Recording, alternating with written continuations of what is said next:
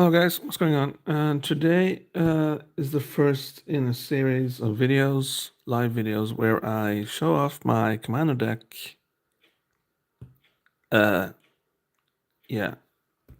In my previous videos, I've sort of done these versions where I upgrade the decks, but this time I'm just gonna show you the cards one by one and explain to you why I built the deck as I have done, and yeah. That's it. That's basically it now.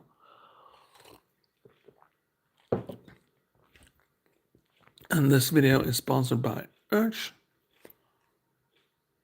There you go. That's the bottle right there. It's a 1.5 liter bottle. Yeah. And today I'm going to show you off my blue token deck. It's got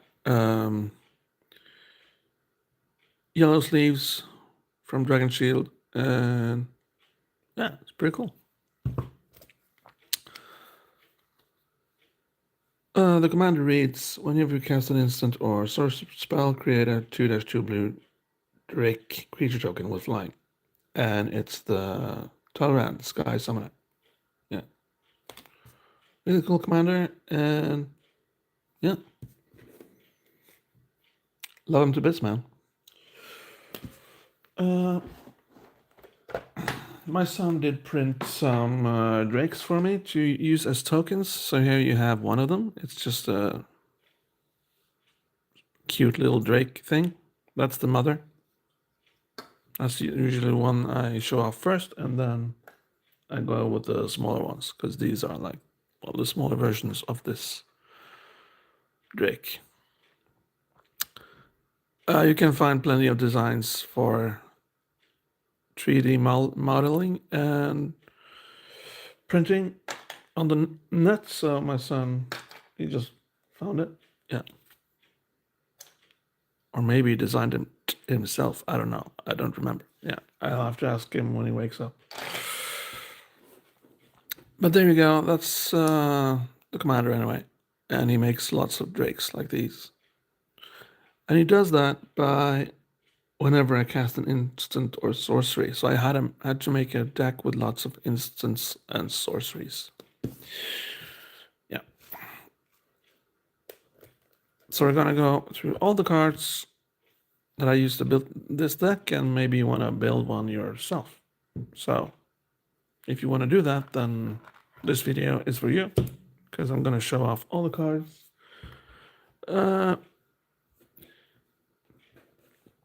It's not the deck I win most with this, but it's a very fun deck to play nonetheless. And I built it entirely myself. So there you go. Spellbook, you have no maximum hand size. And the reason for it is that there's going to be a lot of draw mechanics in this deck. So need to have more than 7 cards in hand at any one time. Ray of Command. So a little mischievous stuff going on there. So I can take control of a creature. Yeah. So yeah, it's pretty cool. Evolving Wilds, it's just I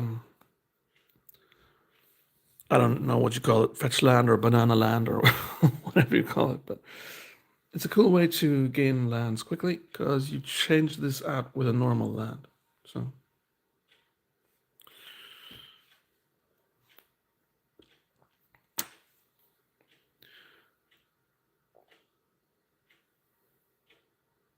evacuation, it's a defensive measure, really. Return all creatures to their owner's hands.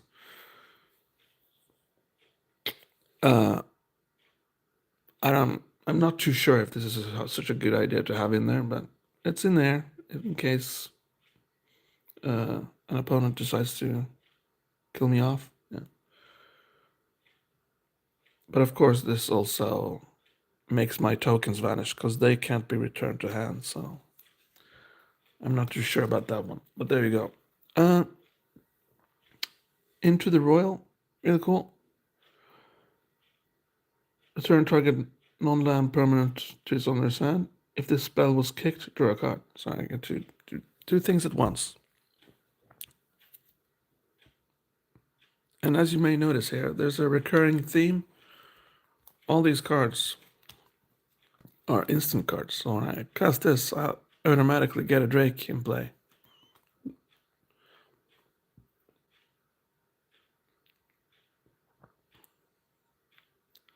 So yeah, not this one, and this one as well. So there you go. I wonder how I can turn off the translation of the chat indefinitely. Oh, well. Here we got Gridlock. You choose how much this costs. So tap X target non-land permanents. It's a nice way to tap lots of creatures and attack. So your opponent doesn't have any blockers. Really cool. Last thoughts. It's got Cypher, so you can attach this to a creature if you want. And each time the creature attacks, you draw a card. Or, oh yeah, each time the creature does damage to a player. Sorry about that. Yeah, so it doesn't trigger on attack, but it does have to do damage to a player.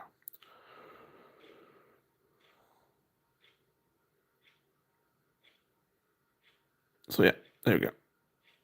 So you can encode this card to a creature.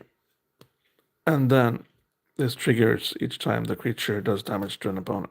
So to make this effect stop, the opponent needs to kill off the creature. I don't think I got many creatures in this deck though. A nice land to have. I can put target instant or sorcery card from my graveyard into my library. On the top of my library, that's cool. Yeah, it's just a counter spell, creature target spell, yeah. And I draw a card. Here's the first creature, Courtly Provocateur. Yeah, so I can make target creature attack this turn if able, or I can make target creature block this turn if able. But I can only do it once since it taps, so. Oh well. I guess I have it in there for some reason. I haven't gotten to play it yet though.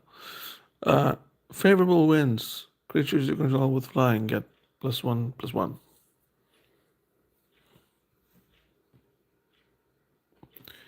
The reason I have this in there is that the tokens are Drakes 2-2 with flying. So, yeah. Then there's suddenly 3-3 instead, which is pretty cool. Land. Here's an enchantment. At the beginning of your upkeep, target opponent puts the top 3 cards of their library into their graveyard. Then you draw a card for each land card put into the graveyard that way. Which is pretty cool, I guess. Yeah, it's fun. Aetherflux Reservoir. So this makes me gain life. I don't get much life gain in this deck, so this is a way to gain life and make the game longer and me myself more resilient. And I can also pay 50 life and do 50 damage to something. Yeah. This is just a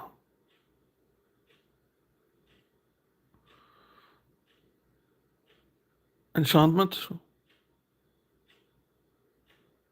It takes quite a long time, man. Yeah, it has to be balanced out and stuff and everything. But usually you just go with an idea. That's the start. You like say, I want to do this and I want to do this. So a deck needs to be good at 2 things, not just one thing. So, and then you make the deck using those decisions, and 1/3 approximately of the deck needs to be lands of some sort. And it's always good to, yeah, have some defensive spells or creatures in there as well. So that's how you do it. And then you need to play test it with a couple of friends, and or 3 friends preferably, and then you'll see how it works, and you take out cards that you see are useless, and you exchange them with cards that you think are better. So it takes a long time, but it's a journey, and it's the journey that makes Magic the Gathering so fun and invigorating. Yeah. Counterbalance, it's whenever an opponent plays a spell, whenever you reveal the top card of your library, if you do, counter that spell if it has the same converted mana cost as a revealed card. So it's a cool defensive measure. You can counter spells without paying anything. And this is just here to make opponents not draw more than 1 card each. Each turn. It says that. Land. And what's this? It's Mystic Confluence. Here you get to choose 3. So this is a more expensive card in real world money. But you choose 3, and you may choose the same mode more than once. I can choose one mode 3 times if I want to do that. So I can draw 3 cards if I want to do that. Or I can do this, or I can do this. So it's a sort of a situational card which you cast to do what you want, really. A land, but this is a foil. Look how beautiful it is. Yeah, it shines in the light there. So it's cool. And this is another foil card. I guess I wanted to spoil myself with some foils since this deck, I've had this deck now for, well, a few years. Yeah. I guess I'm having fun with it, so that's why I haven't gotten rid of it. Capsize, and it has a buyback cost, so I'm kind of buy an additional 3. So if I pay an additional 3, I put it into my hand instead of my graveyard when the spell resolves. Yeah. Return target permanent to its owner's hand. So I can be really annoying and just return an attacking creature to its owner's hand each time. This is sort of a special editions card. I liked it, so I bought it. But the original card is called Midnight Clock. It says that on that small little text there, if you can read it. It's an artifact, and you get 1 mana, and you can put an hour counter on this artifact. It costs 3 to do that. But at the beginning of each upkeep, put an hour counter on this artifact. So you can do it for free as well. And when the 12th hour counter is put on this artifact, shuffle your hand and graveyard into your library, then draw 7 cards. So it's pretty cool. It's a way to reset the game, and yeah.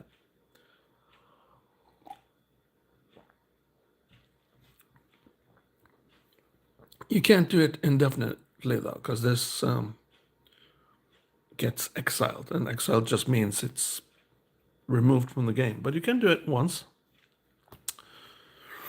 Land.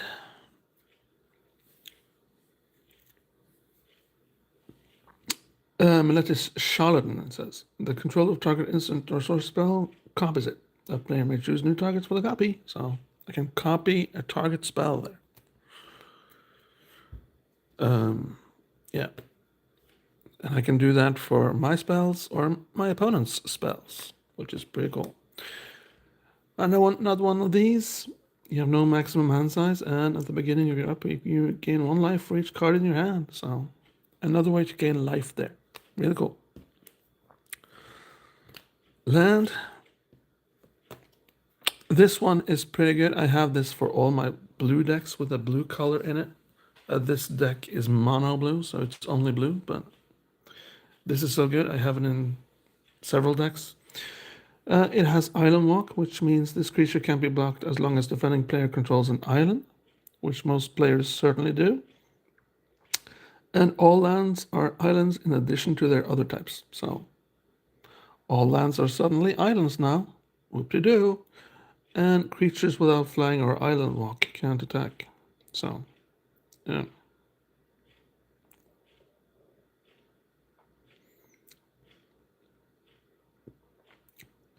So it just basically stops the whole game.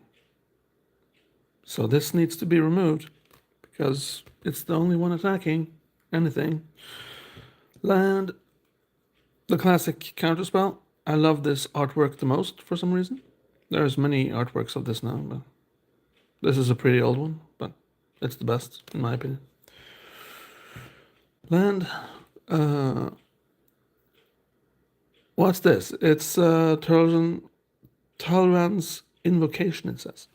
Oh yeah, put two 2-2 blue drake creature tokens with flying into the battlefield. But since this is a sorcery, and since I have this commander in play, I'm creating one more of these with the help of my commander.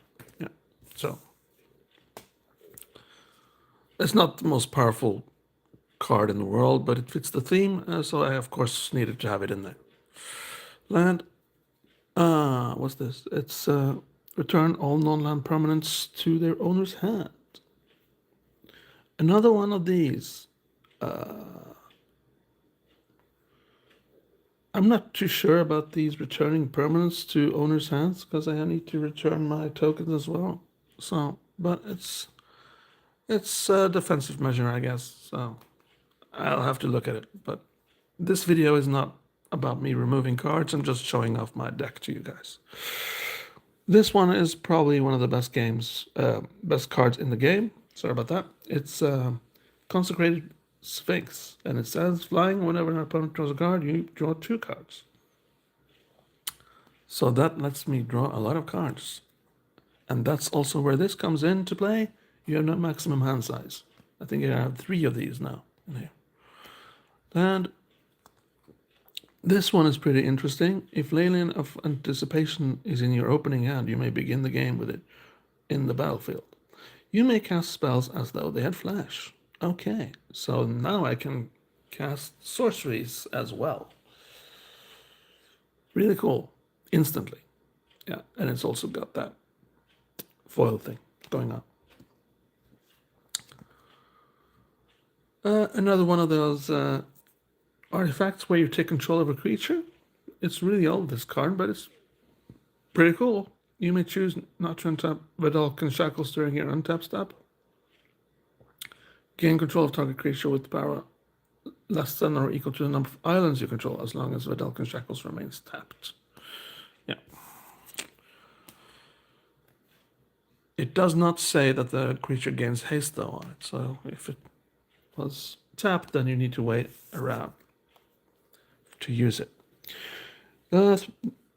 Lorien Revealed, draw 3 cards, and it also has island cycling. So you can discard this card, search your library for an island card, reveal it, put it into your hand, and shuffle. Really good. Land. One of the staples of blue propaganda. Each turn, each creature cannot attack you unless its controller pays an additional 2 for that creature. So yeah. Makes it hard to attack me. Land. Aeon Chronicler. Aeon Chronicler's power and toughness are equal to the number of cards in your hand. Okay, so here we go. I probably got a lot of cards in my hand since there's a lot of draw mechanics in here. And I have no maximum hand size in here as well, so this can be pretty big. Land. Spelltwine. Exile target instant or sorcery card from a graveyard and target instant or sorcery card from an opponent's graveyard. Copy those cards. Cast the copies if able without paying their mana costs. Exile Spelltwine. So, yeah, a really, really powerful card this. I can cast one of my own spells and one of my opponent's spells in their graveyards without paying their mana cost. But I do, of course, have to pay the cost of this spell, though, which is 6. Sunken City, really cool. It's an enchantment that gives all my creatures +1/+1. Solve the equation. Search your library for an instant or sorcery card. Reveal it, put it into your hand, then shuffle. Yes, I want to do that. Land. Gush, you may return 2 islands you control to their owner's hands instead of paying Gush's mana cost. Draw 2 cards. Yeah.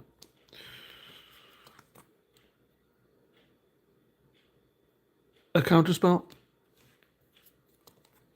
And what's this? It's flying. You have no maximum hand size. Whenever a creature token you control deals combat damage to a play, you draw a card. Really good, since this is a token-based deck. Land, cryptic command. Yeah. Choose two. So I get to choose two, not three, but it's pretty good nonetheless. So yeah, you can see all the modes here, and I can choose two. But it does also not say that I can choose the same mode more than once, so I actually need to choose two separate things with this card. Land. Chromatic Compass. Search your library for a basic land card, reveal it, put it into your hand, then shuffle your library. And I get to transform it, and then when you transform something, usually the cards look like this on the background here. You see? Yeah. It's the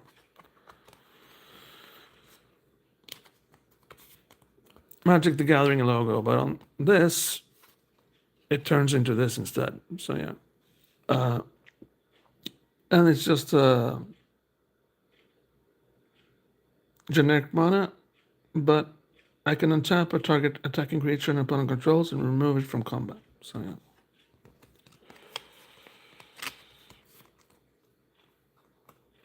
So there you go. Pretty cool. Land. And back to basics. Non-basic lands don't untap during their controller's untap steps. Really damaging for players playing more than one type of land. As you have probably noticed, this deck mostly contains basic lands. So this is a new card I bought. It's pretty cool. It has imprint. It's an artifact, and when this artifact enters, you may exile an instant card with mana value 2 or less from your hand. You may copy the exiled card. If you do, you may cast the copy without paying its mana cost.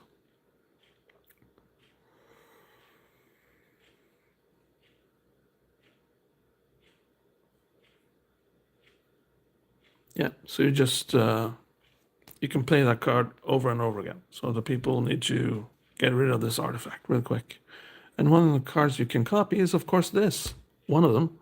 Counter target spell, and it's just controller pays 1. Scry 1. So I can copy that, for example, onto this.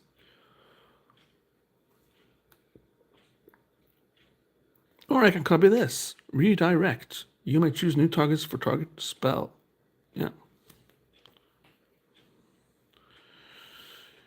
I can't copy this because this I want to pay the overload cost to use.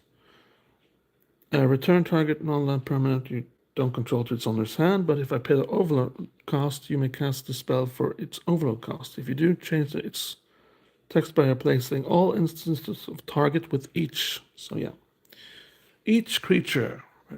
Yeah.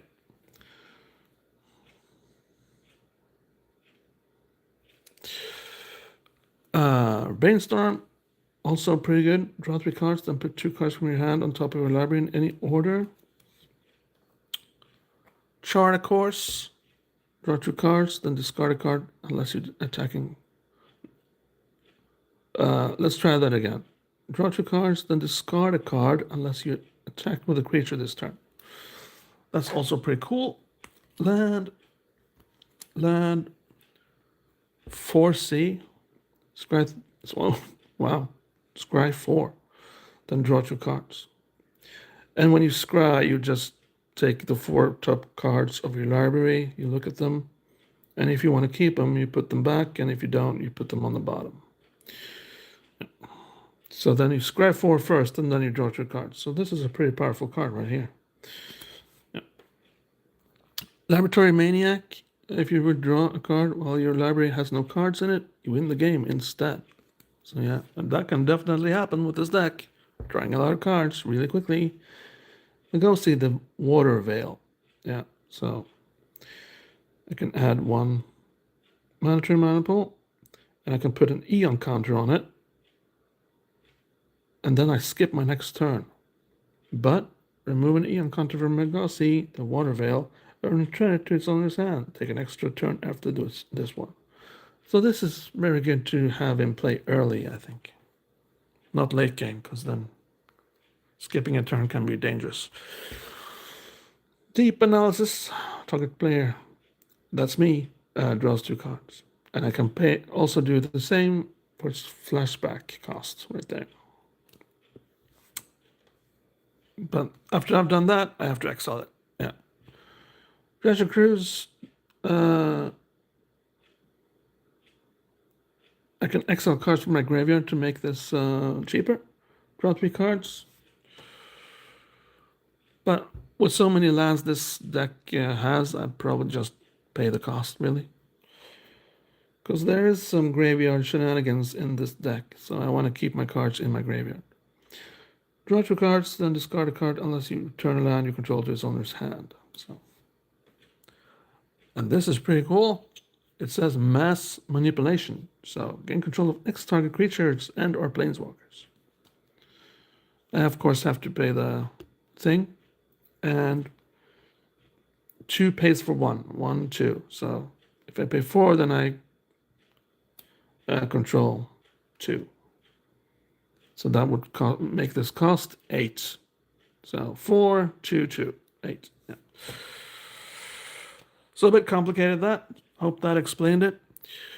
Paragon of Gathering Mists. Other blue creatures you control get +1/+1. Yeah, and I can make another target blue creature gain fly until the end of turn.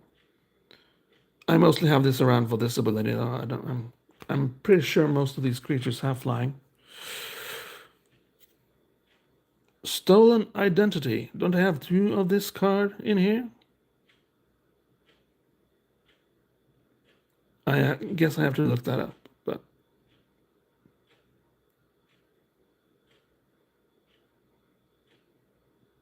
no, I don't think I have this. Put a token on the battlefield that's a copy of target artifact or creature, and I can cipher that and do the same thing if yeah, you know the drill. Junk Winder. I guess I have this because I have a deck that creates a lot of tokens. So whenever a token enters the battlefield under your control, target non-land permanent and opponent controls, it doesn't untap during its controller's next untap step. So a way to be annoying there. Creatures with power less than number of islands you control can't block Kraken of the Straits. And that's too bad, because this is a 6/6, so it does a little bit of damage each turn. Time the player shuffles his or her library into his graveyard, draw a card. Okay, nice.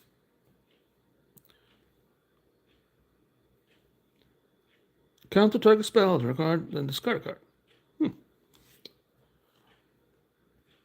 Yeah, Mana Leak. Counter target spell and the caster pays an additional 3. Exile all other spells and counter all abilities. Okay. Land and forbid. Buyback. Choose and discard 2 cards. Yeah. So I can discard 2 cards and keep it in my hand. Counter target spell. And this is a wall. Why do I have a wall, you might ask? Well, it says so on the card. When Menak Wall enters the battlefield, you may return target's instant or sorcery card from your graveyard to your hand. So that's why I have it in there. I don't have it for its defensive capabilities. Memory Drain. It says counter target spell, scratch you. Land, and then I have this Chasm Skulker. Whenever you draw a card, put a +1/+1 counter on Chasm Skulker, which is pretty good since I'm drawing a lot of cards with this deck. When Chasm Skulker dies, put a X1-1 blue squid creature tokens with Island Walk into the battlefield, where X is the number of +1/+1 counters on Chasm Skulker. And these can't be blocked as long as defending player controls an island. Yeah. It's pretty cool. Land. Myriad Landscape, it says. And I can sacrifice it to search my library for up to 2 basic land cards that share a land type, put them into the battlefield tap, then shuffle. Yeah. Each player discards his or her hand and draws cards equal to the greatest number of players discarded this way. So if player has 5 cards in his hand, and that's the player with the most cards in his hand, then that's the number you discard for the whole team. Wash out, one of the most powerful cards in blue, in my opinion. Return all permanents of the color of your choice to their owner's hand. And last but not least, we have Otherworldly Gaze. Surveil 3. Look at the top 3 cards of your library, then put any number of them into your graveyard, and the rest of the top of your library in any order. And it also has flashbacks. So that's it. That's my blue token deck right there. And this is going to be a series, so I'm going to show off all my commander decks without making any adjustments to them. I'm just going to show them off to you so you can see them for yourself, and probably build them yourself if you want to do that. Yeah. So if you want to do that, just rewatch this video, store it, save it, and you watch it, and you can build the deck yourself and make it even more powerful, or make adjustments to it, or make it your own if you want to do that as well. Thank you very much for watching. If you like what I do here and you want to see more of it, please consider becoming a member. It really helps the channel, and it doesn't cost that much each month, and you support the channel, and I can do more of this stuff. I buy cards and speculate on what card is best and what card is worse and all that.